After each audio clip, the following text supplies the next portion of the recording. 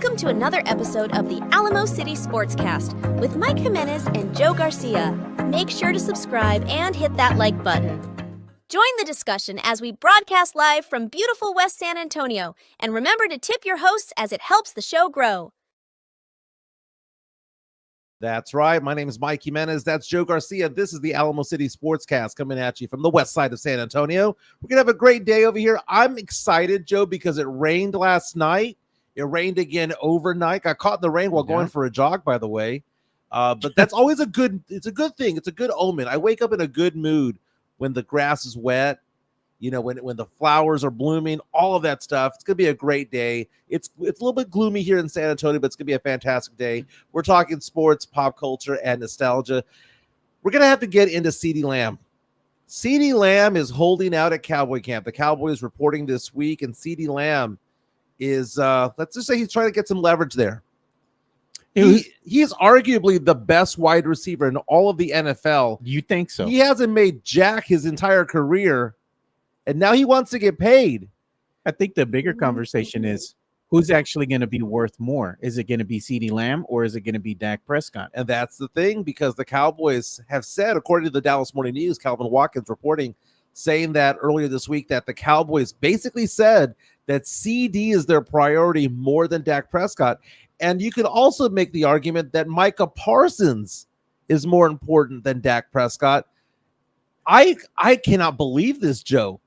I cannot believe this. I never thought I'd see the day where the Cowboys are going to be moving away from Dak Prescott, but it looks more and more like that is the case. Maybe, just maybe, Dak should have just held out years ago. Yeah. But then again, maybe Dak did this to himself. Maybe Dak should have signed a long-term contract, or maybe he doesn't want to be a Cowboy. Who's to say that that's not the case? Who's to say that he hasn't gone up to Jerry and Steven and said, hey, I'm done over here. I want to go to Las Vegas. I want to go to New York. Sam Salinas says, pay him. Pay him. It's going to cost about $60. If you pay him, do you have enough for Dak? I mean, for CD and all that, you're going to be thin. I mean, if you bring CD back, you pay him. What are you going to tell Dak? Hey, man, can you do us a solid? Take a pay cut or less years? That's the thing about the quarterback market right now, is that the quarterback market's not based on who's the best. Because if that was the case, Patrick Mahomes would be the highest paid quarterback in the NFL as opposed to number 8 or 9. They pay according to whoever's next in line to get paid. And that's just the way that it is. That's just the way that it is. And if you want a franchise quarterback, you got to pay the man. And if you don't have a franchise quarterback, you got to hope and pray that you get one in the draft that is worth a damn. Caleb Williams right now in Chicago. Chicago is blessing Caleb Williams with all that they have around him right now. Chicago poised for a very good season, a bounce-back season for once. Meantime, you take a look at the Houston Texans.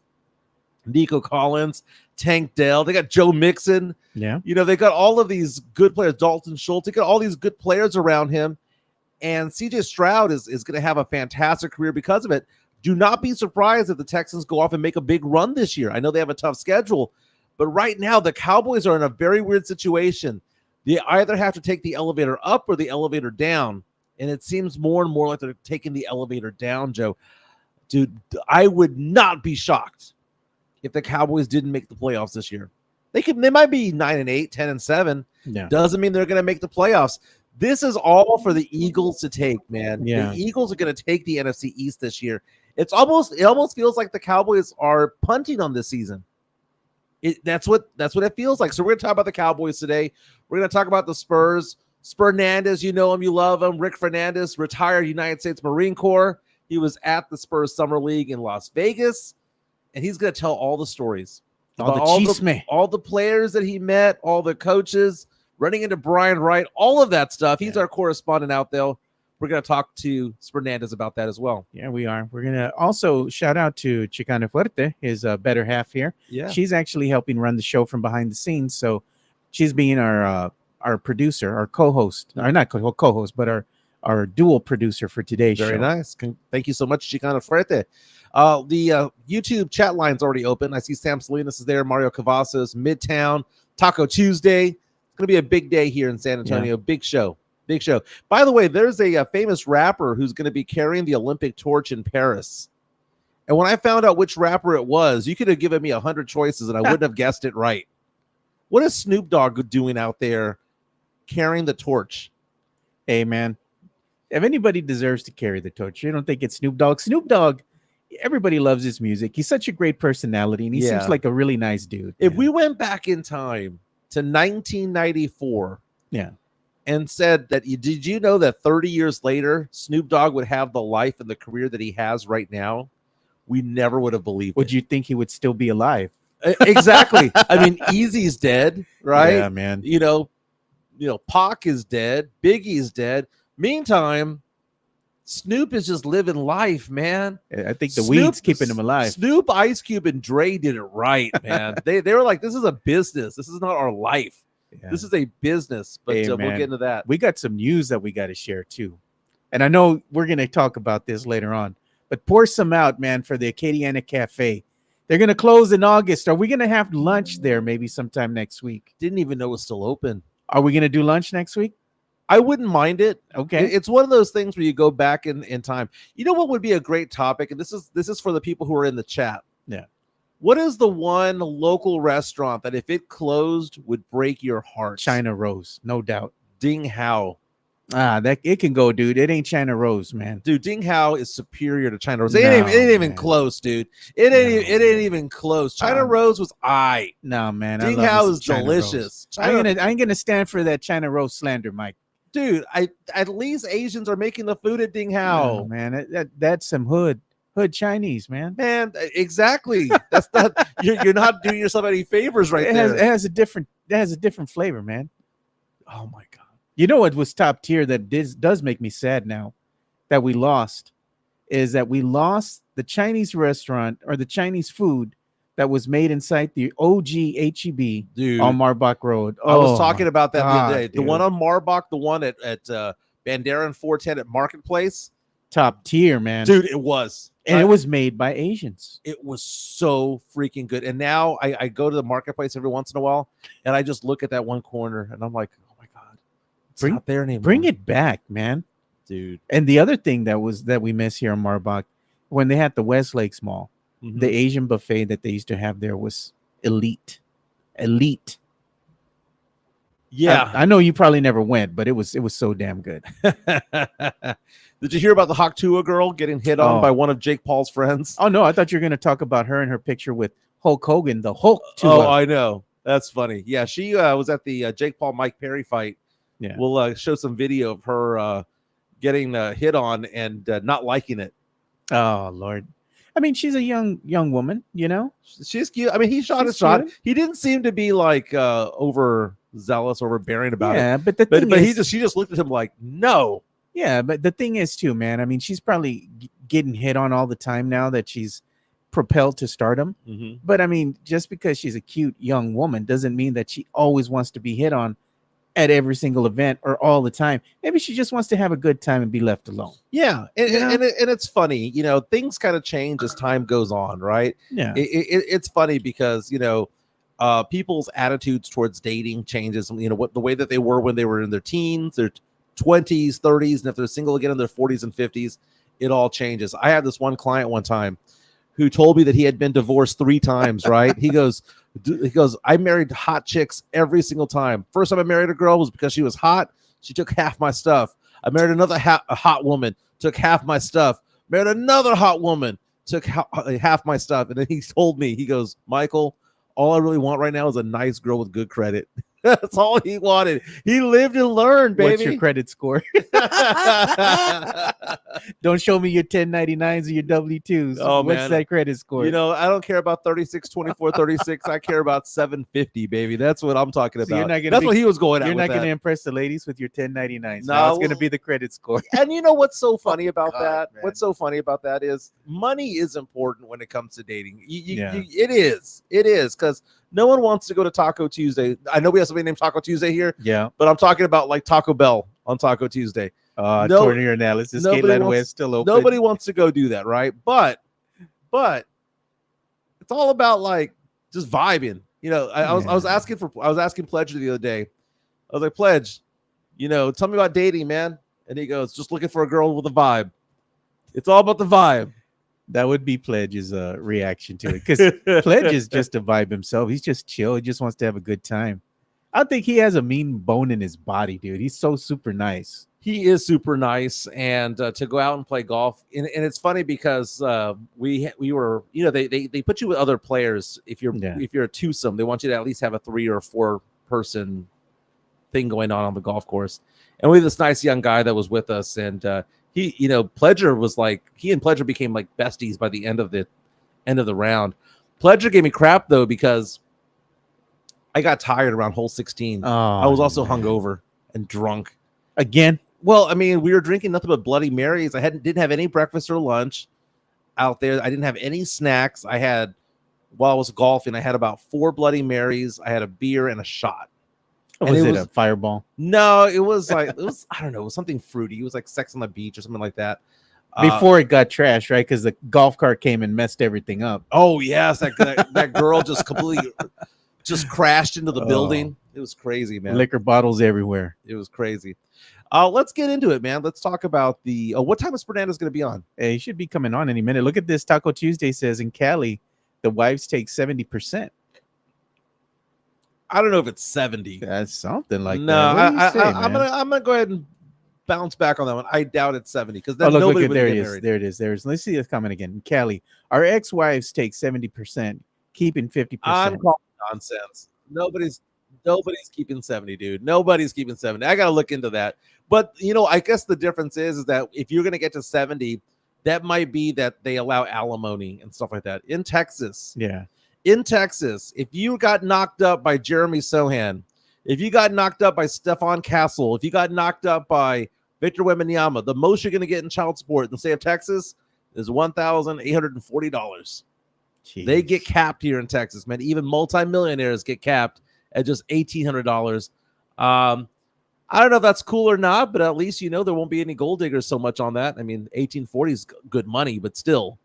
If your guy is making millions of dollars, there is a cap here in the state of Texas. We're doing sports, pop culture, nostalgia. We're going to be talking more about music down the way.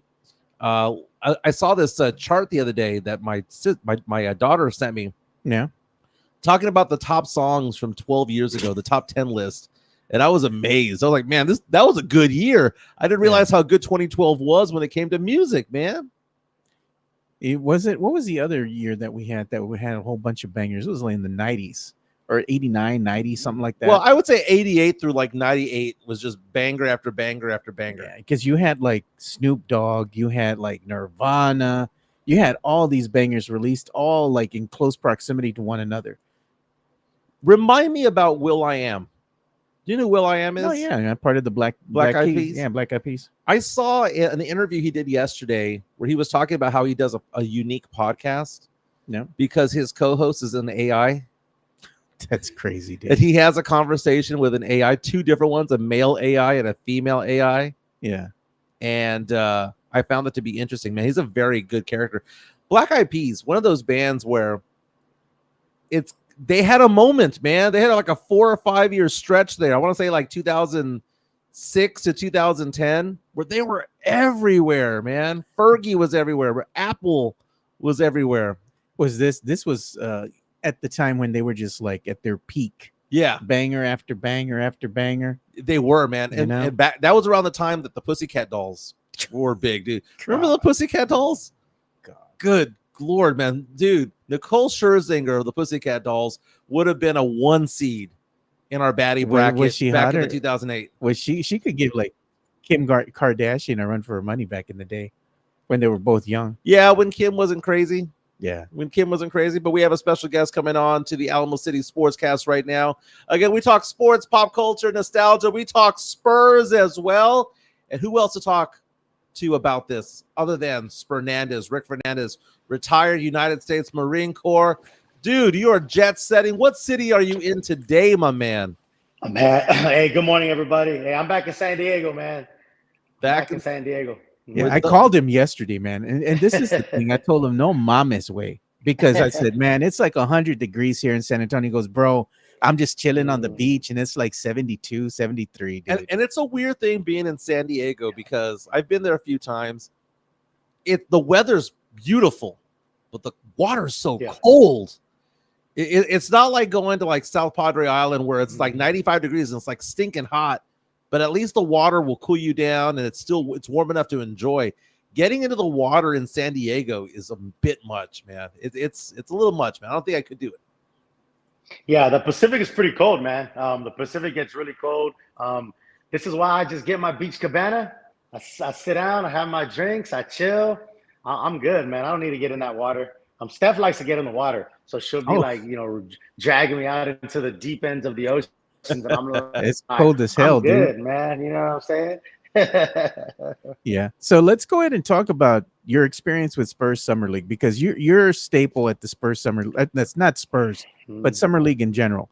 Because when you make the trek out there, you've been going, and it's like a family tradition with you, where you go with your sons and you all enjoy just the whole gamut of what Summer League has to offer. So tell us about your tradition a little bit. Yeah, man. So I have 3 sons, and ever since 2015, we've been going to the Summer League. That's when I got stationed out here in Southern California. So I was like, hey, man, Vegas ain't too far. You know, a lot of my Marine Corps career was out on the East Coast. And then I did some time in Austin. I'm doing the officer program at the University of Texas. But when I came out to the West Coast, I said, man, I'm not too far from Vegas. Hey, let's go check out the Summer League, right? So this was 2015, the year after the Spurs won the championship. And it was the year that Kyle Anderson was a rookie and Becky was coaching, and the Spurs won the Summer League championship that year, the first year we went. So so it started in 2015, and ever since then, man, we've been making a father-son tradition where we go every year out there. And it's awesome, man. Like the engagement you get with the players.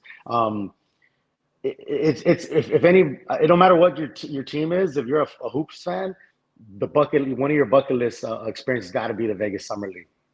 Now let's talk about the rookies that you see out there, because the Vegas Summer League, it's a bunch of rookies out there, but then you also have these journeymen who are trying to latch onto teams. I know Bouye was your guy. He still is your guy. These are players who are trying to make it into the NBA. Real fast, I'm looking right now at a CBS Sports column from this morning, and they're grading the Summer League performances of every single player that was a rookie that was taken in the top 15, top 20. Here's how they ranked them. And I know you saw some and you didn't see others, but if those that you did see, let me know what you thought. Number 1 pick was Zachary Sarche of the Hawks. According to CBS Sports, they gave him a B-. A B- for the Summer League. Alex Sarr, who famously went over 15 in a game, they gave a C. Reed Shepherd of the Rockets, they gave him an A+. And they said, this guy is a bucket getter. Stephon Castle of the Spurs, they give an A-. It says that Castle showed that he was able to be diverse in what he does. 22 points, 5 rebounds, 4 assists, knocked down a pair of 3-pointers. Say that he's going to learn a lot from Chris Paul. Other players, Ron Holland of the Pistons got a B+. Tijani Saloon, B- for the Charlotte Hornets. Donovan Clingan, an A-. Rob Dillingham, an A-. Zach Edey of Memphis, a B+. And lastly, Cody Williams, a B. I'll give one more. Matas Buzelis. Matalo. Man, that dunk he did where he stared down that guy, A-. Nikola Topic, non-applicable because the guy's hurt. Devin Carter, non-applicable because he's hurt. So it's kind of interesting that you see the players that were taken in the lottery.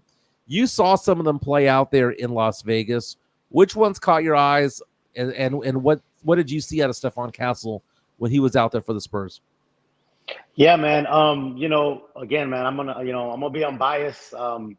Man, Reed Shepherd, I saw him up close and personal, and yeah, the kid could shoot. The kid can defend. I mean, it's wild because he doesn't look that big. Like, again, kind of going back to the Summer League experience, you could buy a $60, $50 ticket and get pretty close down to the floor, which is unheard of in any other arena. You're not buying no $50, $60 seat and basically sitting like 4 rows from the bench. So that's kind of where I was, and that's the general admission, and I could get into that later, how all that works. But I was pretty close. One of the games before the Spurs was the Rockets, and Reed, man, that kid is a deadly shooter, and he's cold. Like, he's ice cold. Like, he ain't out there arguing with refs or upset when he misses a shot. Like, the dude's deadly. Like, I'll give him that. They got a good one with Shepherd. I saw Buzelis up close too, man. That dude's another one, man. He's he's powerful down there. He looks, again, man, all these guys, it goes back to like Wemby last year. they're 18, 19, 20, and like they're not even fully developed into their frame. Buzelis looks like a little kid, man. He's like all skinny and lanky. But same thing with Reed. Like you see him and you're just like, I could take that guy. You know what I mean? Nah, man, don't get it twisted. And of course Castle. He didn't. He only played a game. He didn't a game or two. He didn't play the whole summer league. But when he was out there, hey, he was as advertised, defending, disrupting, making plays on and off the ball, shooting. The knock on him was he can't shoot. I mean, the dude was shooting pretty well. He was getting his teammates involved. And what was cool was when he wasn't playing, he was on the bench. Every single game that he didn't play, he was sitting there on the bench, rallying his team, giving high fives. Like, again, man, that's the number 4 player, the number 4 draftee. He could have been like, hey, I'm good. I'm going to chill, or I'm going to, or whatnot, right? So he's out there. So that kind of shows the quality of a teammate that he is, I think. But yeah, man, it's exciting, man. A lot of those rookies, I feel like a lot of people weren't that excited about Richard Shea and Sarr, maybe because they're not American and because they kind of weren't putting up the numbers or whatnot. So a lot of people seem to be more excited about the Zach Edey's and these other guys, Yeah, the top guys were a little bit more raw than what people wanted to admit. We have lots of great comments coming in. Drew Show saying a lot of people doing a redraft right now have Castle and Reed Shepherd going 1 and 2, because I think that might actually be the case. Hand of a Fist says, going to be many, many years of watching Shepherd versus Castle. I want to see if Castle can shut down Shepherd.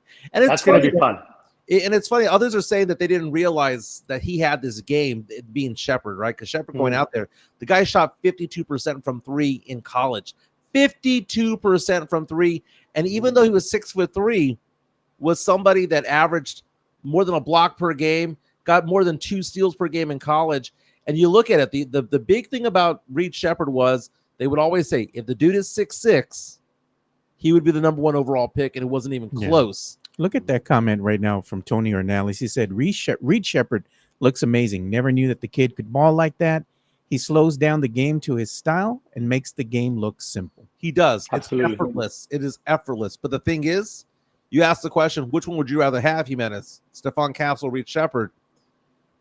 I would rather have Stephon Castle. Not because I've already declared him to be my son, but because you can't teach 6'6". Yeah. You can't teach 6'6", 215. And at the end of the day, you got to get a stop. And the fact of the matter is that Stephon Castle can lock down the 1, 2, 3, and maybe even a 4 from time to time. Whereas when you look at Reed Shepherd, he's only going to be locking down 1s. That's it. He's going to be oversized at some point when he's playing against NBA quality players. Yeah, I want to get into this too with you, Rick. Let's go ahead and get your take, though. But I'm going to start putting up some pictures of your experiences out there at the Summer League. But yeah, go ahead and answer Mike's question. Oh yeah, no. So I think the difference is going to be the size. Like Mike said, if Shepherd was 6'6", woo, we'd be having a different conversation. So right. And again, man, I'm not. This ain't Spurs homer bias. I love that kid, Reed Shepherd. I'm telling you, I'm watching him up close. The kid's amazing. But I do think it comes down to the size and the defensive prowess. So, at 6'3", and sometimes your shot's not going to be there. That, you know what I mean? Like we know how that is. Like, so let's say he doesn't have a good shooting night. Now it's going to be like, oh man. So Castle's always going to be 6'6", no matter on any bad night he has. Right? He's always going to have that defensive prowess. So that's kind of the difference, And again, people are going to say, oh, you're just saying that because the Spurs drafted Castle. No, I agree. If Reed was 6'6", then we'd be having a different conversation. But he'll never be a defensive liability. Right. 6'6" will never be a defensive liability, but Reed Shepherd at 6'3" maybe exposes that if he's not going to be the point guard, because Reed Shepherd, for all intents and purposes, is a shooting guard. Mm-hmm. He's a combo, but he's most likely a shooting guard, and he's a short shooting guard. So don't get me wrong, he is a dynamic shooter. He can knock down threes like crazy, but at the other side of the floor, when it comes time to play defense, he might be bodied up by bigger players. I can't see, for example, Reed Shepherd defending Luka Doncic. Right. A big, bulky guy. But I can see Castle at 6'6.5", 215, 220, being able to not be intimidated by that. That's what I mean. Offensively, obviously, Reed Shepherd is a little bit better than Stephon Castle. He knocks down threes at a 52% clip, whereas, we'd be lucky if we got 32% from Stephon Castle in his rookie season. But and Shepherd's not going to shoot 52% as an NBA player. He's not. He'll shoot 42%. But defensively, you know what you're going to get, and you're not going to take Stephon Castle out of the game the last 2 minutes because he is a defensive liability. That's the difference. We have a super chat coming in from the Drew Show. $5. Thank you so much for the tip. Says, white Kentucky player who can shoot. Tell me how Reed isn't a shorter Tyler Hero. Change my mind. Do the Rockets have enough shots for all those guys? That's the thing. I kind of feel like they need 2 or 3 basketballs out there because they have a bunch of guards out there. Was kind of surprised that they took Reed Shepherd because the idea was a lot of people were saying that they were going to pull a last-minute trade and maybe go after Donovan Clingan instead and leave the Spurs with that Shepherd versus Castle dilemma. But the Rockets have a special player. And I know you're saying that he's JJ Redick. I know you're saying that he's Tyler Hero. But the thing is that he plays defense in the passing lanes better than most players. So he's better defensively. But at the end of the day, give me Castle. At the end of the day, I want the 6'6" guy. That would have been an Go ahead, Rick. No, that would have been an interesting dilemma if Reed Shepherd would have been there at 4. I'm just curious how that would have played out if Reed was still there at 4. I guess I'm kind of glad he wasn't, just because that would have been tough. But go ahead, Tony Ornelas. Yeah, Tony Ornelas is saying Tyler Hero is not a true point guard. There is a difference. And comment to the Drew Show. Yeah. Yes. So it's a great dilemma, man. It's a great. No, it would have been great to have. Yeah. But the Spurs were in a win-win situation at that point because I didn't want Reece Shea necessarily. I didn't want Sarr. I didn't want Clingan. I wanted either Stephon Castle, Reed Shepherd. Castle was my 1, Reed Shepherd was my 2. But you could have talked me into Reed Shepherd all day long. But you take a look at these reviews of what people did in Las Vegas, and you see players that maybe they were with the G League Ignite, maybe they came from a smaller school, who suddenly are doing so well when put on center stage. Ron Holland being one. Ron Holland was supposed to be a top 3 player in the draft. Then he got mocked all the way into the teens. Then the Pistons got him at 5, and he looked good. Mm-hmm. This might be a better draft than what people gave it credit for. I don't know if there's any superstars in there, but there's a lot of good talent that was in this draft. And we talked about that on this show. We talked about that months ago about it's not necessarily a bad draft. It's just not a superstar draft, which that's not a bad thing, and we said that. And I think people get confused with, the hype of a Wemby or a LeBron or somebody that's coming out, and they say, well, if there's nobody like that in this draft, then it has to be a bad or weak draft. And that's not necessarily the case. I think there's a lot of good pieces and a lot of good role players that are going to be out of this draft. And again, there's nothing wrong with that. Like, that's what a lot of teams need. Some teams don't need, they don't need the big superstar when you already have a star on your team and you're just filling in some of the roles. But, yeah, I'll tell you what, and I don't know when Joe wants to get into this, but there's a lot of interesting stories about some of these players who, are that play overseas, that are trying to crack rosters. Like, obviously we talk about the stars and all that, and people kind of joke about some of these bench guys that are at the end of the bench. Man, like how difficult it is to just be at that level. Right.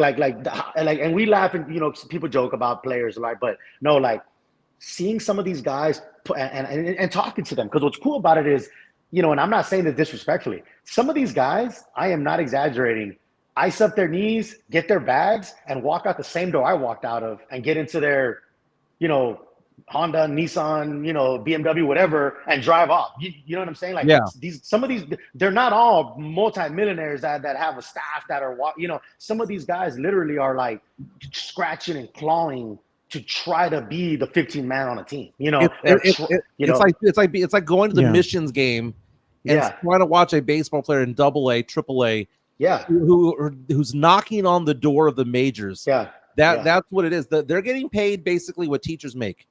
Right. for the most part, right? Right. And like these dudes are like amazing athletes. You know what I'm saying? Like they would go to, you know, a Miller's Pond or whatever and just like go crazy on motherfucker. You know, they Miller's would go Pond legend insane. Mike Jimenez. I am a Miller's Pond No, legend. Mames, Mike. Come on. Indoors, go- not outdoors. No. Yeah, I they do would single go rims, to not your double rims, dude. You're an Yeah, they indoor would- dog, dude. They would go to your local YMCAs and just be insane, you know. And no, like a lot of these dudes are 4-year college players, standout athletes, Right. stand out in their high school, stand out in their college. And another thing is like I have a teenage son who plays ball. I like to take him for him to see that kind of stuff. That, you know, there's, you know, in life in general, the definition of success is different for everybody, right? So just because you don't make it to the NBA and you're not getting multi-million-dollar paychecks doesn't mean you're not a success as a pro baller. You know, I met a lot of pro ballers that are like playing in Paris, playing in the Philippines. They're playing professional basketball, what they love to do.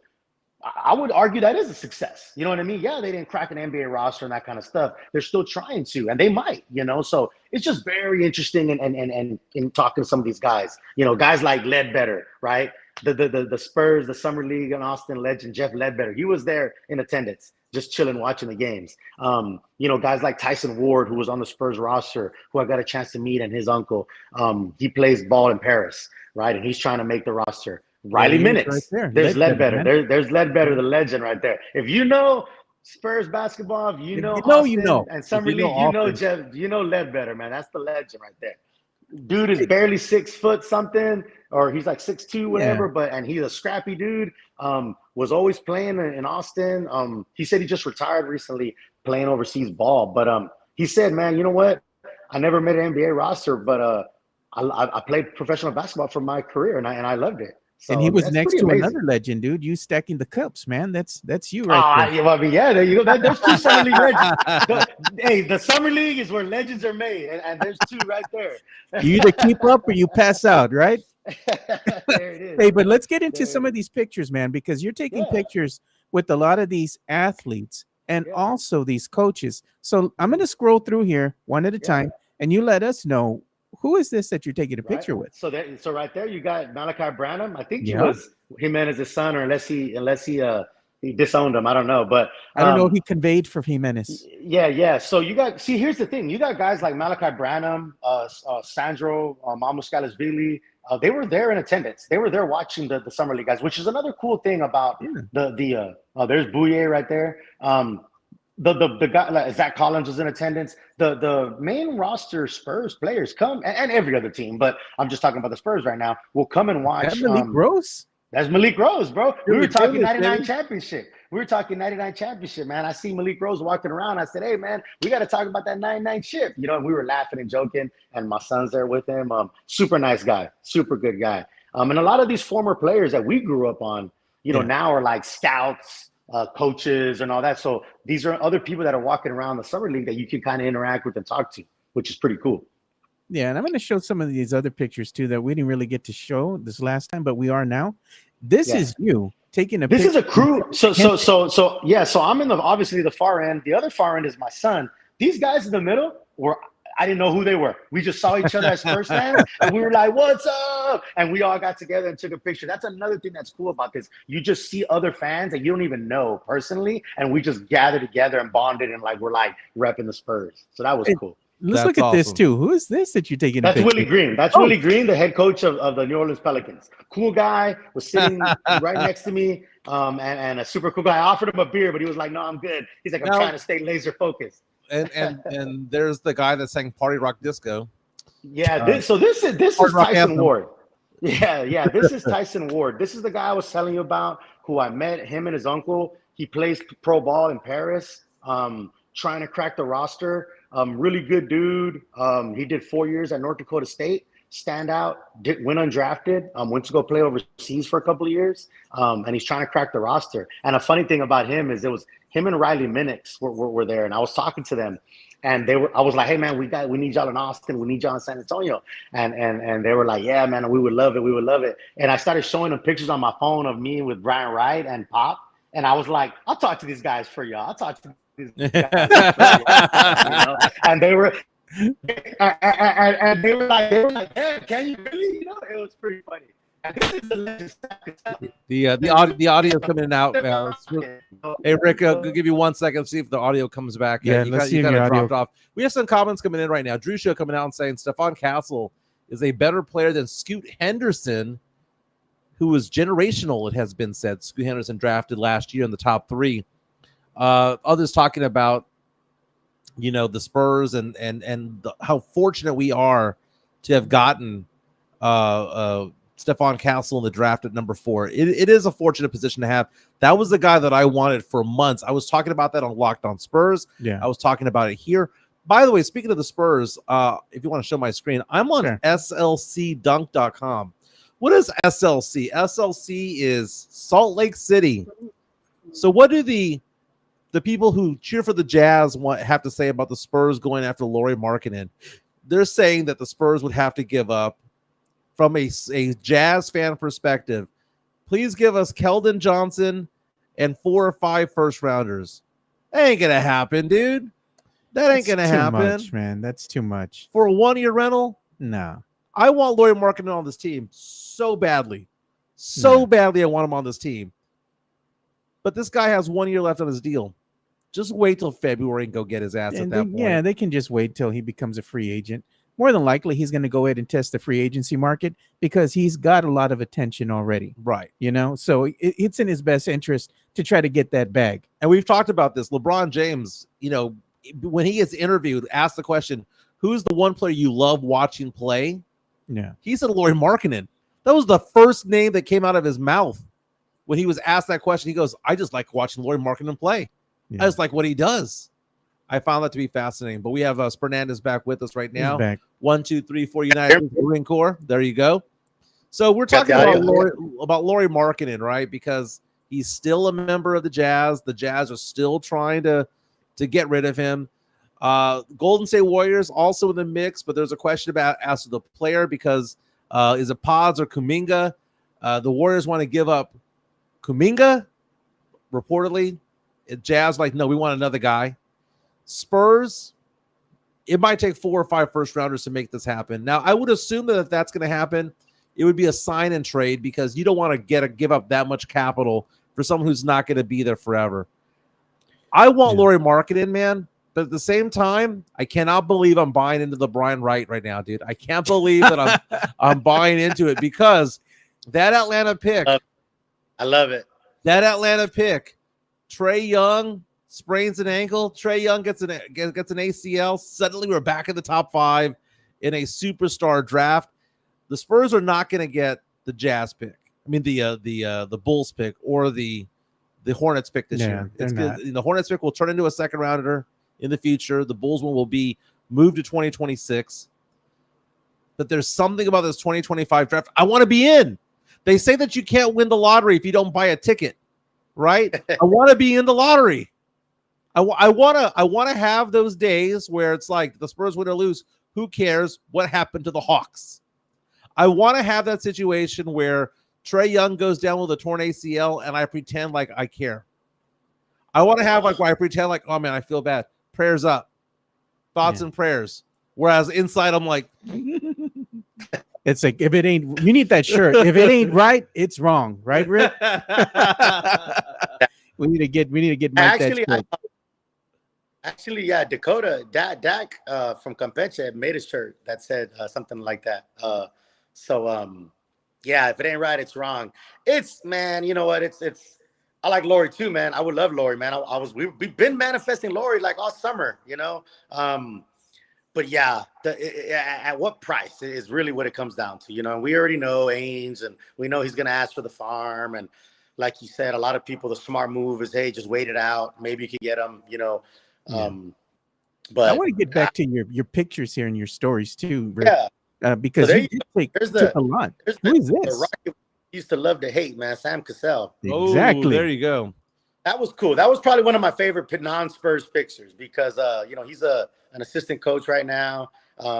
He was just kind of hanging around. I'm telling you, so like right there where we're at, it's like the in between the concourses where you buy food and beer and merchandise, and that's where you'll literally see people like Sam Cassell just hanging out, talking to people, walking around. Real fast. We're talking about Sam Cassell. If you can show my screen. Sure. This is Sam Cassell's reaction to meeting Angel Reese. He's got to watch his hands, man. That. Hey, He's gotta watch his hands. I think you're just drinking that haterade, Mike. Mike, you jealous? That's my girl. Mike's jealous. You watch your hands, oh man. How do you come up to somebody in the middle of a court and just do this move? What's this maneuver called? Hey, when you're a guy like Sam Cassell, man, you got a couple of rings. You know what I mean? You got some cred on the court. You know, hey, Angel Reese didn't look like she was upset about it. You know. Angel Reese looks like she could still take a one-on-one, baby. Don't hate, appreciate, Mike. Yeah, Come on now. Right. Oh, wait. I just got an alert that said breaking news. Brent Berry joining the Phoenix Suns staff in some type of really? Wow.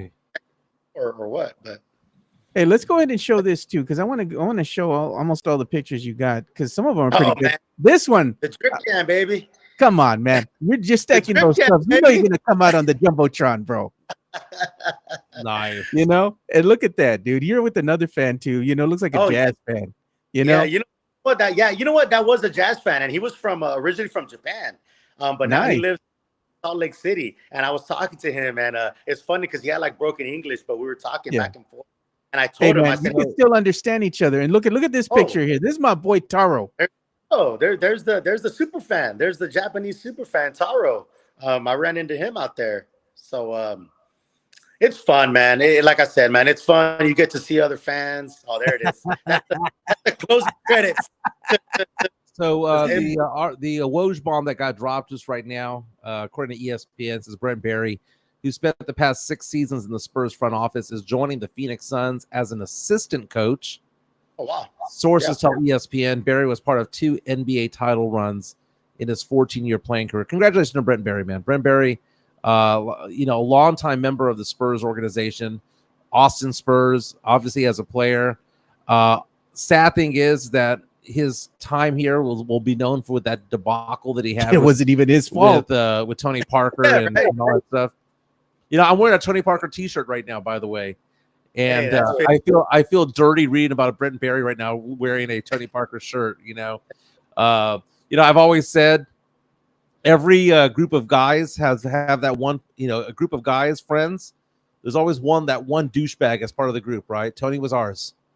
Tony was our D-bag and part of the group. Talking to Fernandez out there in San Diego, he was fresh off the Las Vegas Summer League that the Spurs were taking part in. Before we let you go, man, right now, I think that a lot of the moves that have been made right now by the Spurs have been ideal. I am of the opinion right now that I don't really want to bitch and moan and complain this year, because if it's going to be a developmental year, they did the developmental year right. Yeah, with Harrison Barnes and Chris Paul. Is it going to materialize into victories? Maybe not this year, but I think they did the development role correctly. So I have a hard time complaining, because even if we're going to rack up some losses, I think that the corporate knowledge that's going to be gained by all of this is going to be big for Stephon Castle, Trey Jones, going to be big for Jeremy Sohan, and Sohan needs a guy like Harrison Barnes so much. And I'm so happy that he was able to be part of this team. And I think Sohan is going to be a much better player just hanging out with Harrison Barnes, who's been around the block 10, 12, 13 years, who's been a starter his entire career. I'm excited about this season. May not be a 41-41 season, but I'm excited either way. What says you, man? Yep. Oh, I think he froze on us again. He froze on us. Oh, let's see if he's coming back. Well, that is Fernandez from. Looks like it froze again. Looked like he froze on us. Well, we'll just call it again. The breaking news. There he is. Okay. All right. Peace out, man. Thank you, sir. Again, the breaking news was Brent Berry is now an assistant coach for the Phoenix Suns. So we're excited about that. We got him back, so we can. Okay. One last question for you was basically about the Harrison Barnes being part of the team and how Sohan might be a better player because of that, being around him so often. What are your thoughts on something like that? No, I agree. Obviously, like I get accused of being like too positive or something. At the end of the day, I mean, I'm just a positive person in real life, so I don't know what to say about that. But no, real talk. Like at the end of the day, people are still gonna be upset and complain because that's what they do.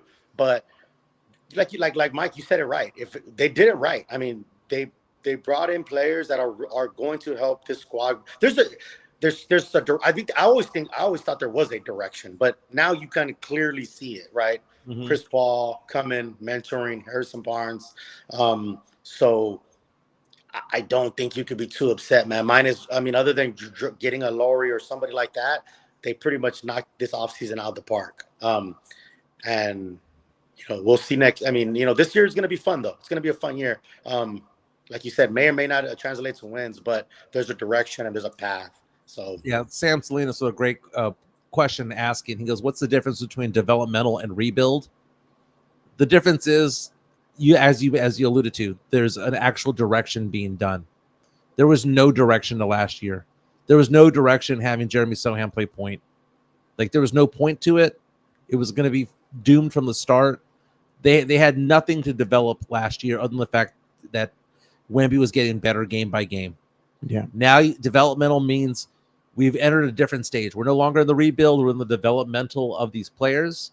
I'm excited about this upcoming season, but we're going to go ahead and move on out. Hey, real quick, Rik, right before we let you go here, I just want to get your real quick thoughts on the closing of Acadiana Cafe, because Rik is a Marbach staple just like me, man. Pour some out for Acadiana. Another Marbach staple going down, man.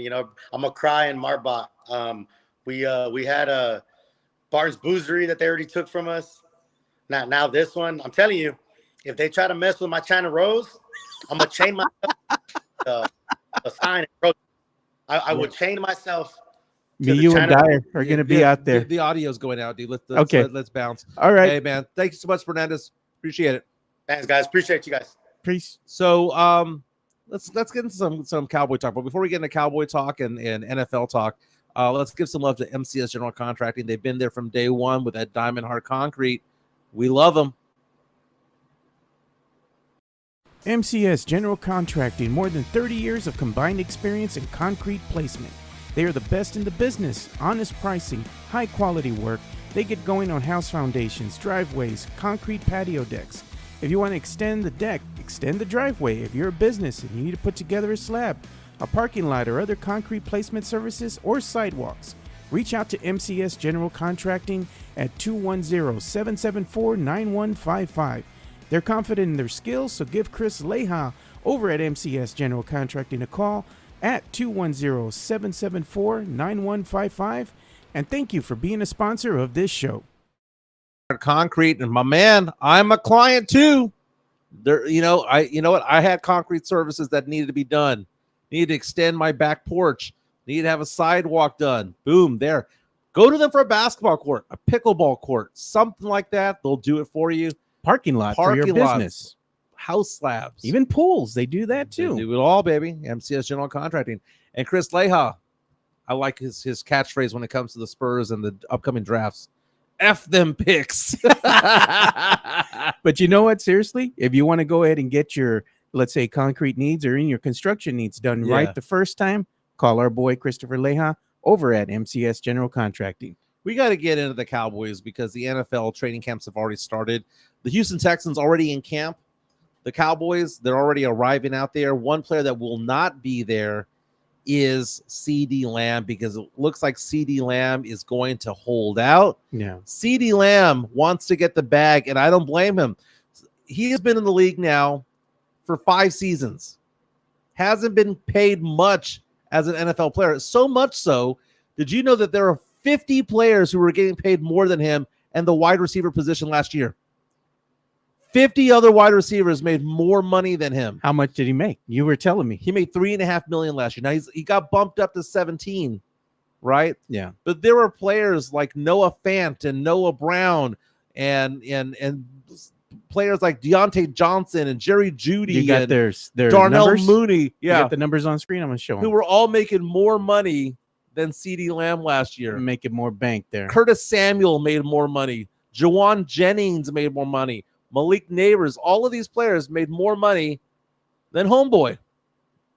He made $3 million per year for a few seasons. This year, making 17, and now He's holding out because he wants the big boy money. When you take a look at the big boy money is the fact that Justin Jefferson signed a deal for $35 million a year, most of it guaranteed. Wow. 35. And Jerry Jones basically said, according to Calvin Watkins of the Dallas Morning News this past weekend, saying that the Cowboys say that their priorities are CeeDee Lamb, Micah Parsons, and if they've got any time left over, Dak Prescott. Dakota Rain Prescott is third on that list. So that tells you that Jerry Jones right now is making CeeDee Lamb a priority, maybe more so than one Dakota Rain Prescott. Oh, big time. Big time. And the question that came in right here, should Lamb get paid more than Justin Jefferson? Tavares is asking that question. He should be in the range. He should be in the range. I'm not saying that 35 million is the number, but at some point you got to look at CeeDee Lamb's numbers and think to yourself, my goodness, he's a stud. He's probably, you asked me before the show started, where would I rank CeeDee Lamb in the top 5 of all receivers in the NFL? Would you call him top 5? What did I tell you? Number one. That surprised me. He's number 1. Yeah. And I was very hesitant to say that from the get-go. But CeeDee Lamb, here's what it is, man. The greatest ability is what? Durability. And durability, availability, right? Yep. Can you go out there? So in the 4 seasons he's played, right? There have been 68 games. He has missed 4. Jeez, man. Iron Man there, dude. Take that back. He's missed 5. He missed 2 in his first season. Still good. Right? Well, no. Let me backtrack this. I'm reading this wrong. I'm talking about starting because he didn't start. I'm looking at games started. So he has missed in his entire career 1 game. Damn. Played all 17. Then he played all 16, played all 16. You know what? He might have played all the games. Now I think about it. I'm trying to figure out when they went from 16-game seasons to 17. He played 16 in year 1, 16 year 2, 17 year 3, 17 year 4. He might have played all the games. The dude doesn't get hurt. And you go to his receiving yards per game. His receiving yards per game have gone up per reception. His touchdowns have gone from, look at the trajectory here, 5, 6, 9, 12. Damn. His receptions have gone from 74, 79, 107, 135. His yards receiving, 935, 1100, 1350, 1750. What is that saying that he's doing per year, every year? He's catching that damn ball. Getting better. Yeah. 135 receptions last year for 1,749 yards. He had 12 touchdowns, 80 catches for a first down. 80 catches for a first down. Ridiculous. And on top of that, you can set him out for a rush every once in a while. Yeah. He's keeping those drives alive. He had those first downs. Had 113 yards rushing last year. Collectively, almost 1,900 yards. He's a stud out there. Now, is he better than Justin Jefferson? Well, Brandon Big Papi Medina and his Vikings fandom is not in here. Yeah. But the thing about Justin Jefferson is that maybe talent-wise and maybe height-wise, because CeeDee Lamb is 6'2", kind of a smaller one. Justin Jefferson, same height, but Jefferson's a little bit girthier. Jefferson misses games because of injuries. Because of that weight. Yeah. Put more of that strain on your joints. Jefferson had that 1,809 yard season a couple of seasons ago. If Jefferson's worth 35, CeeDee's worth at least 33. I can't argue with that. But the thing is with CeeDee, he wants to get paid too, and he's holding out, And Jerry Jones knows that this Cowboys team, they can't go without CeeDee Lamb. They can't go without Dakota Rain Prescott, but they can't go without CeeDee Lamb because who do you have to throw to? They have no other weapons. Nobody. They don't have a running game. They have nothing going on. Zeke's only good for 1 or 2 yards, man. Like, he didn't get that power, the explosive, let's say, rush that he used to have before, when he would go out there and he could break away for a couple more yards. Now, he is who he is. He's a battering ram. Little Mac coming out and saying, I wouldn't pay Jerry Rice $35 million trade God, CeeDee. man. Sith Elias saying CeeDee ate his spinach and drank his milk growing up, man. He is Popeye, man. He doesn't miss games. So here's a list of the top wide receivers getting paid right now in the NFL. So let's see where he belongs, right? Okay. Justin Jefferson, $35 million. A.J. Brown of the Eagles, 32. Amon-Ra St. Brown of the Lions, 30. If you're going to say that those are the 3 highest paid receivers in the league, I'd buy it. Number 4 and 5, both with the Miami Dolphins. Think about that. They have the 4th and 5th highest paid receiver at $30 million and $28 million, Tyreek Hill and Jalen Waddle. Yeah. Devontae Adams, $28 million. Remember, Devontae Adams a couple of years ago was the leader at $28 million. So now we're seeing the wide receiver salaries get higher and higher and higher. Cooper Kupp is the 7th highest paid receiver at $27 million. Then rounding out the top 10, Devontae Smith, DK Metcalf, and Deebo Samuel. So you got to say that he's going to get paid more than Deebo, right? More than DK Metcalf, Devontae Smith, more than Cooper Kupp. He is worth $30 million. He's probably worth 33. And if you want to say 35, that's perfectly fine. But I'm looking at the list of players here and how they got paid. Yeah. It's so sad to see a top 30 list and not see CeeDee Lamb's name there. If you did a top 50 list of last year's wide receivers, his name wasn't on there. So now, again, because he's in the last year of his rookie deal and he's getting paid $17 million this year, okay, that's a lot more. He's making more this year, Joe, than he made the last 3 years before combined. Yeah, he made $10 million his first 3 years. He's making 17 this year, and he's still underpaid. Still underpaid. You know what else we do got? This is funny to me. I just saw right now said, okay, we've seen things that are trending, right, in the sports world. So we got something, man, that I'm going to share with you guys right now. And this is Joey Burrow's new look, Mike. Are you ready for it? Oh, dude, I saw that, man. It looks like a mugshot, bro. Joe Burrow looking like he's going to shoot up a high school. God, he cut off the locks. Joe Burrow looking like he's going to try to assassinate Trump. I mean, dude, this looks... Okay, first of all, for Joe Burrow to do this when he was arguably, by many women's accounts out there, one of the sexiest men in football, this is the equivalent of Jimmy Garoppolo chopping off his hair. Why would you do that? Maybe he was hot. It's kind of like Travis Kelce. Travis Kelce, when he grows the mustache, it's like, why? You know how you look good. Why are you doing this to yourself?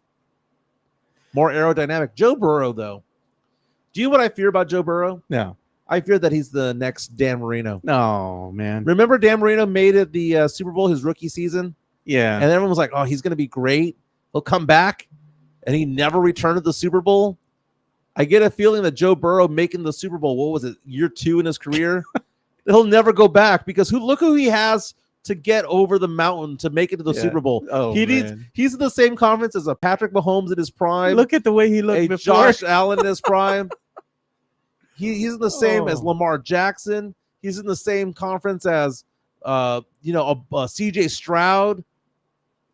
Joe Burrow may never go back to the Super Bowl. Look at the way the brother looked before, man. I mean, he was a model looks, and now, God, and model looks, and now he's, like he looks like he's on a registry. He's like a sex offender registration. Man, FanDuel has me laughing. If Joe Burrow wasn't a quarterback, what would be his job? I mean, looks like he works at Costco. It looks like a construction worker, right? Yeah. So it's funny that I mentioned Costco right now because I was talking to a friend of mine yesterday, and she and I were going back and forth about these stores, like you these like sex shops and stuff like that. and I was talking about the Demon Mike segment. Well, it wasn't a Demon Mike segment. I was talking about how on Culebra Road there's that one shopping center that has a church. It has a daycare and it has a sex store. And it's like, why is a sex store right next to a daycare, between a daycare Don't and they church? have one at that one place you frequent when you're karaokeing? Where you go to karaoke? Yes, they do have right? one. So, Temptations or something like that. So the point I was trying to make when I was talking to my friend yesterday about this, I was like, you go to like these different stores for like adult video megaplex. And I referred to the adult video megaplex as the Costco for smut. And I said, do you feel like a cochino when you go there? Well, it's one of those things where she was telling me, as a girl, when you walk in there, guys are looking at you a certain way. God, man. And I've gone to the one that's by the airport. I've gone to the one on the northeast side. You go in disguise? No, wear a hat, sunglasses. Sometimes you got to spice things up a little bit. Oh my God! It's funny because like I called Megaplex the Costco of smut because it's so clean and sterile in This is there. going to be the clip I'm going to put out on social media. That's fine. It's so clean and sterile in there that it's like walking through Costco, but it's just a bunch of dildos everywhere and porn movies and all that stuff. But I was making reference to the fact that there's these Temptations. There's Hustler as well, right? Yeah. Which is a nice place. I've been to that one. It's classy. Next to All Stars, right? Oh, but former All Stars. Yes. Yeah. May it RIP.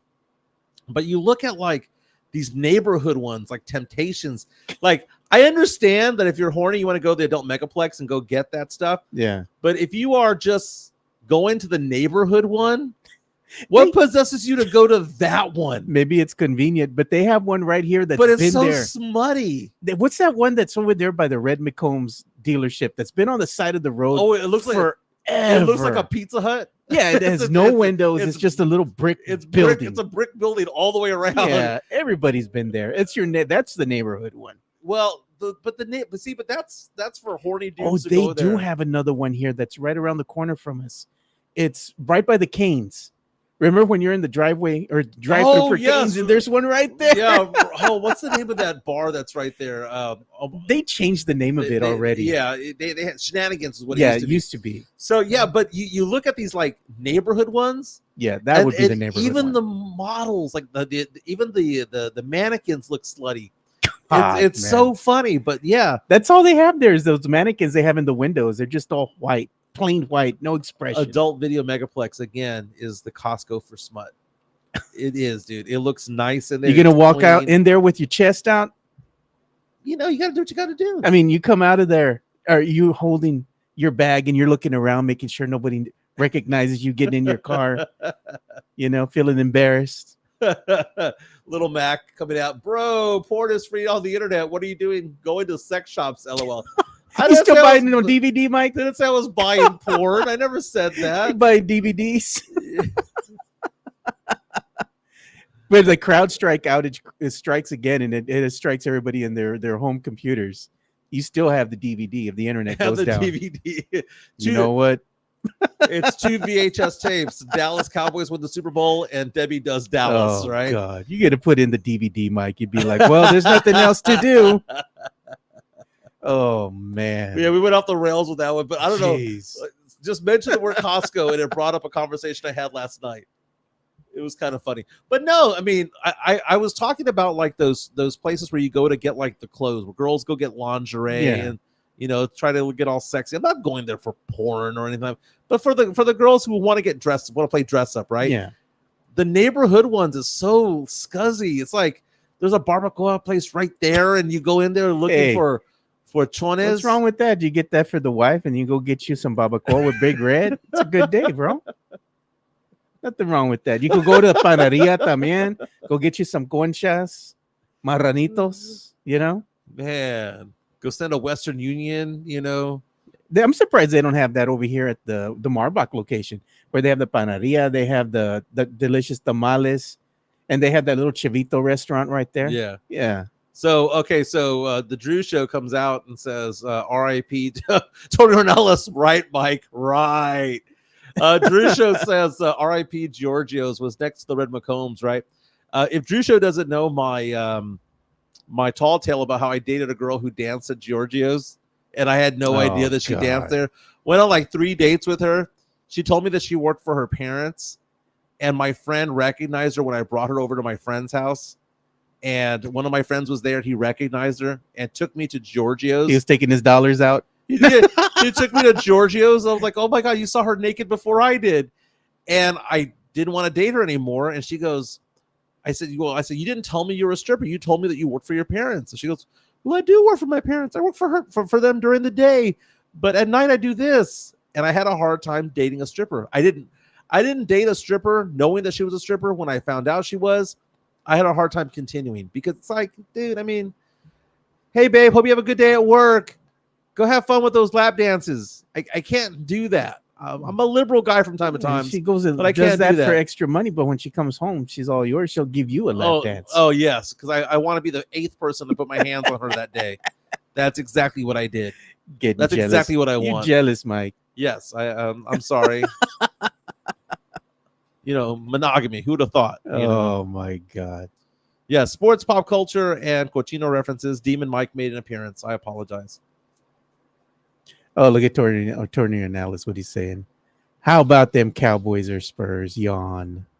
I was like, we haven't really talked about the Cowboys, to be honest. No, we haven't. We haven't. Yeah. But you know what? UTSA football's on the cusp of starting their season. They get started August the 31st. And I can't wait, man. UTSA football is so much fun.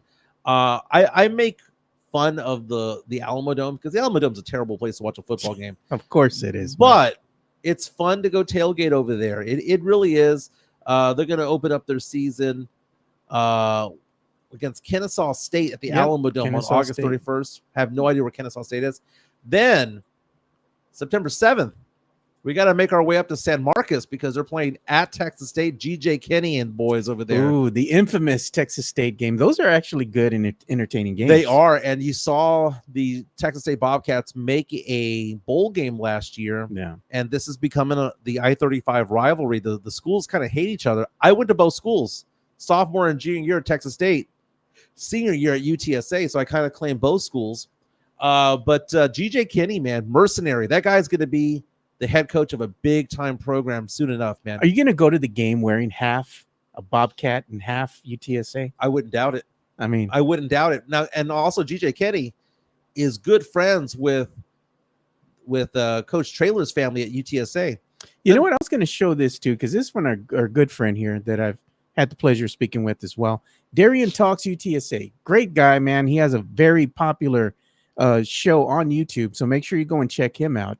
But he was saying here, they have a poll out right now. So this is the 2024 American Football preseason poll.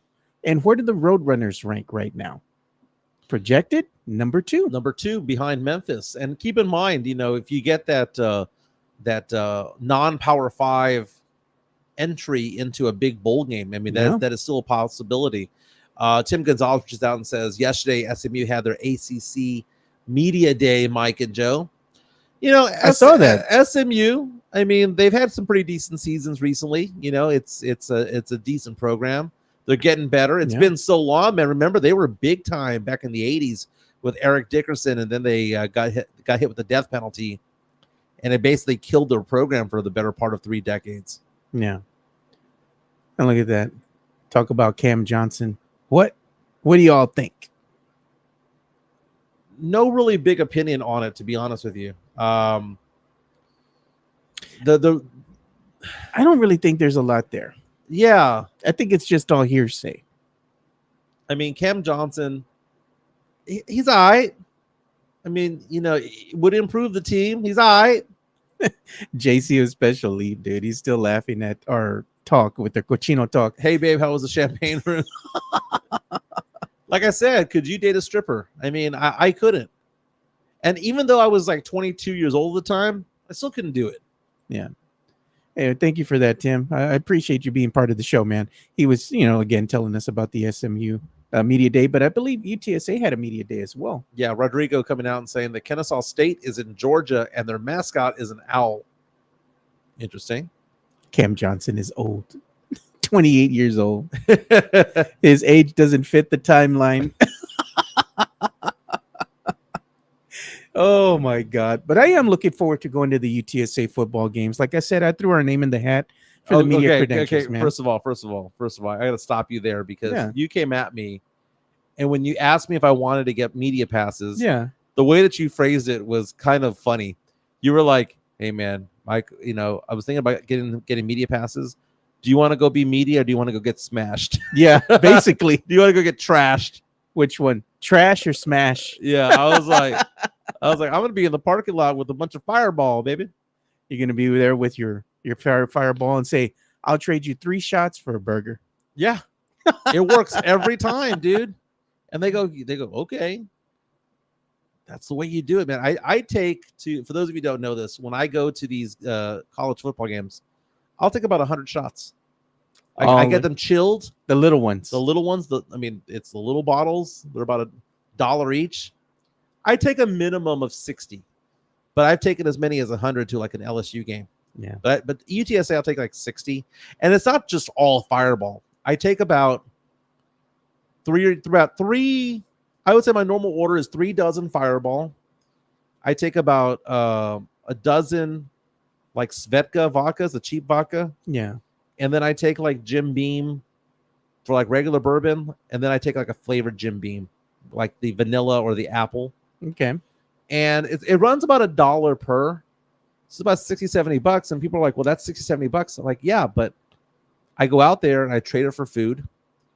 I make friends, take shots. And then for those who don't know, the second floor of the Alamo Dome has a full-on bar. Oh, yeah, dude. They do. I mean, because you go to the concourse and they're serving you margaritas and beer. But on the second floor, you have to climb the stairs to get there. There's a full-on bar there that's really nice. And that's what we do at halftime. There you go. Little Mac is not excited about fireball shots. Oh, Sith yeah. Elias says, Mike, that jalapeno, those jalapeno pineapple shot that you gave me almost made me quit drinking. God.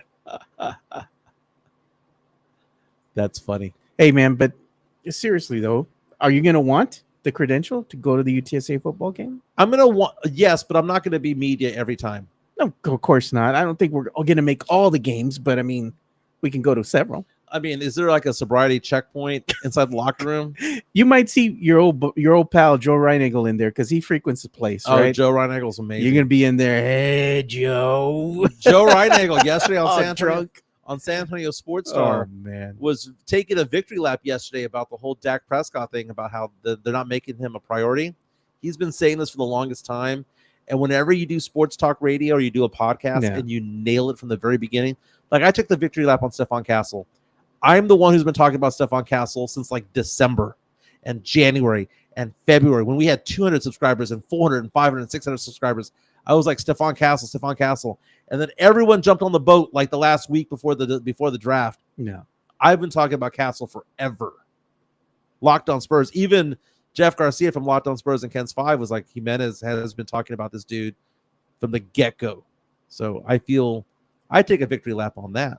Yeah, I want to do a shout out real quick too, because we want to give love to everybody that's a part of what we're doing here. Yeah, let's do I it. want to give some love to our boys, Big Papi, Brandon Medina, and also Sith Elias, man. They had a great spaces here last night. I chimed in for a little bit, stirred the pot, got things going again, because we were talking about WWE Raw at the end of, they start 10 minutes after Raw ends. Mm-hmm. And it was interesting conversations. All the talk was about Liv Morgan. I don't know if you saw it, but she had some cake, bro. She does. And that's the thing. When we were doing our baddie brackets, everyone was like wanting to put in all of these wrestling hotties. We're allowed just 3 or 4 wrestling hotties, man. Because again, the baddie brackets was all about talent, right? Not just booty. It's your beauty, not your booty. A little bit of everything, right? Show my screen real fast. ESPN has an article saying that Snoop Dogg, the famous rapper, best known for, the Doggy Style album back in the day, are going to carry the Olympic torch ahead of the Paris opening ceremony. That's right. Snoop D-O-double-G, who is 52 years old, will run through the streets of Saint-Denis, the northern Paris suburb, on the way to the Olympic Stadium. And this announcement was made today on X. And the rapper is going to be contributing to NBC's coverage of the Olympic Games. God. Dude, his voice is so distinct. It's so calming. It's so high. Yeah. It just sounds like he's high the entire time. But his career, man, Snoop Dogg sold millions of albums. Friends with Martha Stewart. Love it. Yeah. Oh, look at that. Tim was telling us that last night, our friend over at Sweep the League, Rudy Campos Jr., they were talking wrestling last night too, before Brandon and Sith went and did their spaces. So that reminds me, who's Bret the Hitman Hart? Come on, Mike. I don't know who the hell he is. You don't know nothing. You never watched wrestling back in the day. I watched wrestling until I turned 16, and then I was like, well, if you watched it before you turned 16, you would have known who Bret the Hitman Hart is, who Hulk Hogan was. Well, I knew who Macho Man. I knew who Hulk Hogan was. Come on. Well, Hulk Ultimate Hogan, Warrior. Hulk Hogan, an Ultimate Warrior, I knew, but like Bret the Hitman Hart, you could have put him at HEB in his prime and today. Like Brian Wright, general manager of the Yeah. Spurs, I'd never be able to identify Jake the the guy. Snake. God, Mike, come on. I wasn't into wrestling like that, man. I enjoyed it until I turned 15 or 16. And then I was like, ooh, I like girls. And then I stopped with the wrestling. But girls like wrestling too. Girls don't like wrestling. Yeah, they do. There ain't not one girl on that Oh, thread that you guys were having on Twitter yesterday that was like, ooh, Bret the Hitman Hart. There ain't not one girl, man. It's like comic books, if dude. you go to Comic some girls of these, don't like comic books either, if dude. you go to some of the bigger streams that they have out there that talk wrestling, they have women on there that also talk wrestling. There's like because 3 it's of not them. just men centric anymore. It is like 99% sausage fest at these No, wrestling events, man. dude. It is a sausage fest. I'm just telling you, man, things are changing. That's why they have the WWE Women's Championship now, because before they didn't really have that. Now, and before, like the Attitude Area, it was more of kind of like an accessory, right? Dude, I met The Miz and had a conversation with him for 15, 20 minutes. Yeah. I have no idea who he was. I had to Google him afterwards. The Miz. He's like, I introduced myself. Hi, I'm blah, blah, blah. He goes, hi. I'm like, so what do you do? And he goes, oh, I'm in WWE. I'm in wrestling. I was like, oh, okay, cool. Yeah. I remember just telling him, nice shoes. I really like your shoes, like your suit. That was it. Apparently, The Miz was a big deal for a while, and I saw him perform at the Frost Bank Center last year when I took my daughter over there. Yeah. My daughter, girls get into it, and then they turn 12, and then they're like not Oh, into wrestling anymore. Boys get into wrestling until they turn 16, and then they stop for the most part. So for me to not know who Bret the Hitman Hart is, I don't care if he's from San Antonio. Why would I care? He's not from San Or Antonio. he lives in San Antonio? No, that's Shawn Michaels, bro. Oh, no. Then it was Shawn Michaels that I didn't know. See, I don't even know who I'm talking about. Shawn Michaels is What's Shawn Michaels? What's his nickname? the Heartbreak Kid. The Heartbreak Kid. And what I say, Heartbreak Kid and Hitman. Hitman. Okay, I had no idea what Shawn Michaels was. That's the one. You see, that's how you know that I don't know what the hell I'm talking about when it comes to this. I have a story with Shawn Michaels, because I remember I took my son to one of the WWE events they had here. I think it was Raw, Monday Night Raw, when they passed through here years ago. And this was going to be his first wrestling match, right? Right. He was about maybe 11, 12 years old at the time. So I take him out there, and this is going to be Shawn Michaels' last hurrah with the WWE, right? Because of injury and whatnot.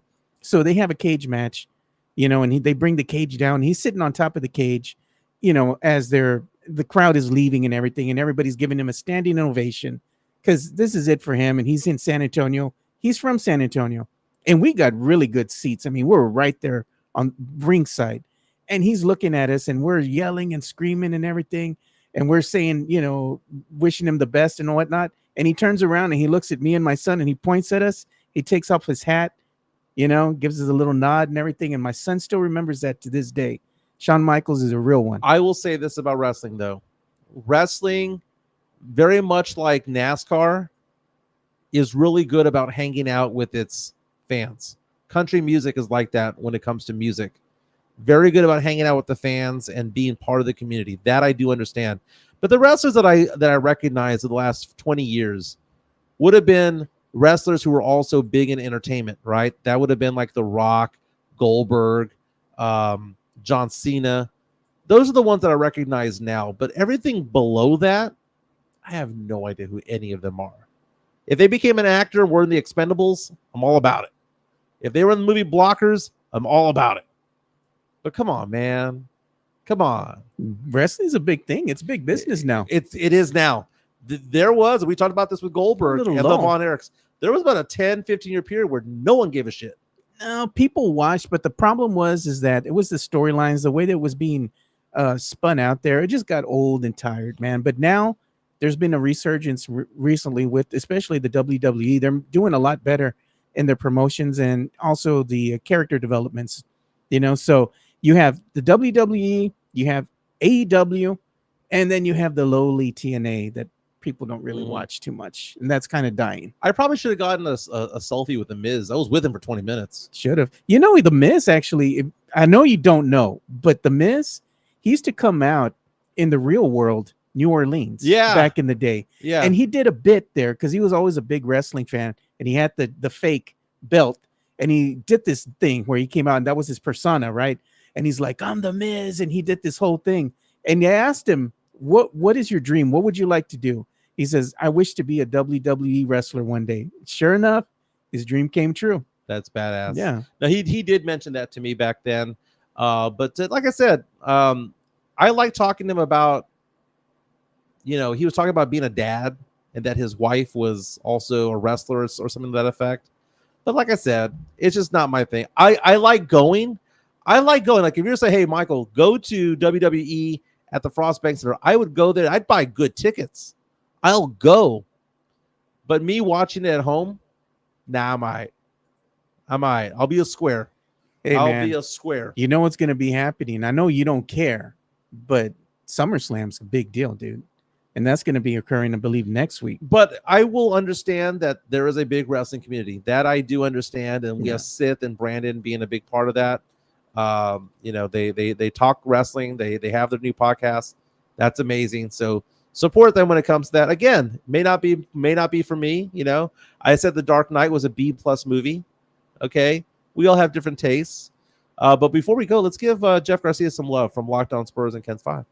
Sure. Let me go ahead and pull the video for us right now. Locked On Spurs is your daily Spurs podcast, hosted by Jeff Garcia, the lead Spurs writer for Ken's 5 San Antonio. Jeff has a healthy plethora of guests all the time on the Locked On Spurs podcast. You can also follow Jeff on Threads at Jeff G Ken's 5 SA. You can also follow Jeff on Twitter at Jeff G Spurs Zone. So make sure you go ahead and give Jeff a follow not only on Threads and Twitter, but also on YouTube at youtube.com/@LockedOnSpurs. This is where you're going to be able to find the replay of the Locked On Spurs podcast. Make sure to like, subscribe, and share. If you take a look at Kens5.com, Jeff Garcia has an article about how there's a massive billboard of Victor Wembanyama on the streets of Paris leading up to the Olympics. El Wembeyazo. Very nice. Excited about that. Again, Jeff Garcia, you can follow him on Spotify. You can follow him on YouTube, wherever you get your podcasts. I'm oftentimes a guest. Joe's oftentimes a guest. He does a fantastic job. Taking a look also at Kens5.com right now. Scattered thunderstorms today. I'm excited. I like it when it rains, man. That's how I know I'm getting old. I get excited for rain. You're looking at the live was it animation that they have of the actual rain coming into San Antonio. Check this out, man. According to the 10-day forecast on Ken, 70% chance of rain today, 40 tomorrow, 60 on Thursday, 60 on Friday, 60 on Saturday, 40 on Sunday. That's not bad, man. I'm supposed to go to the coast this weekend, and I'm thinking that we might have to reschedule that because it's like, was it 60% or something like that here at the coast? It's like 70% on Friday, 80% on Saturday. So I'm like, what's the point of going if we're going to just be rained out? Yeah, exactly. And again, a programming note, no show on Friday. Yeah. You're taking a vacation day. Vacay. I'm working at a company called Hines in Houston. Yeah, doing a real estate investment training. Yeah, out there. So that's going to be pretty exciting. I'll be out there, and I'm going to stay for a couple of days. Going to go hang out with some friends, and we're going to go to the Astros game against the Dodgers on Saturday. Nice. Those tickets are expensive, man. Yeah. Well, hopefully you don't get rained out. Like the Pirates game was cheap. I was looking at the tickets for the Pirates over there. The Dodgers, though, man. Los Dodgers. Jeez, it's like I would want to have seats like behind the catcher. Yeah. But because it's the Dodgers, I'm gonna have to sit like in left field, right field, someplace because you're gonna have to take your mitt in case you catch a stray ball. Very, very, very nice. Well, let's call it a show. Everyone, thank you for the likes and the subscriptions and all that stuff. We are 1,011 strong. Tim Gonzalez saying it's raining right now already in the Lackland area. Yeah. Jesse Martinez saying, nah, bruh. When your bones start to hurt before it rains, then you're old, man. That's true. But I'm not getting old, man. I'm 47 years old, but I have a young mind, dude. I still say that. I still believe it. It's gonna have a good weekend, gonna have a good year, man. I'm optimistic, baby. It's the first time in a long time. I'm very optimistic. But Joe, have a good day. Everyone have a fantastic day. Be safe on the roads. Be nice to people. Don't be jackasses. And we'll be back tomorrow. Go Spurs, go. Go Roadrunners, go. And all of that.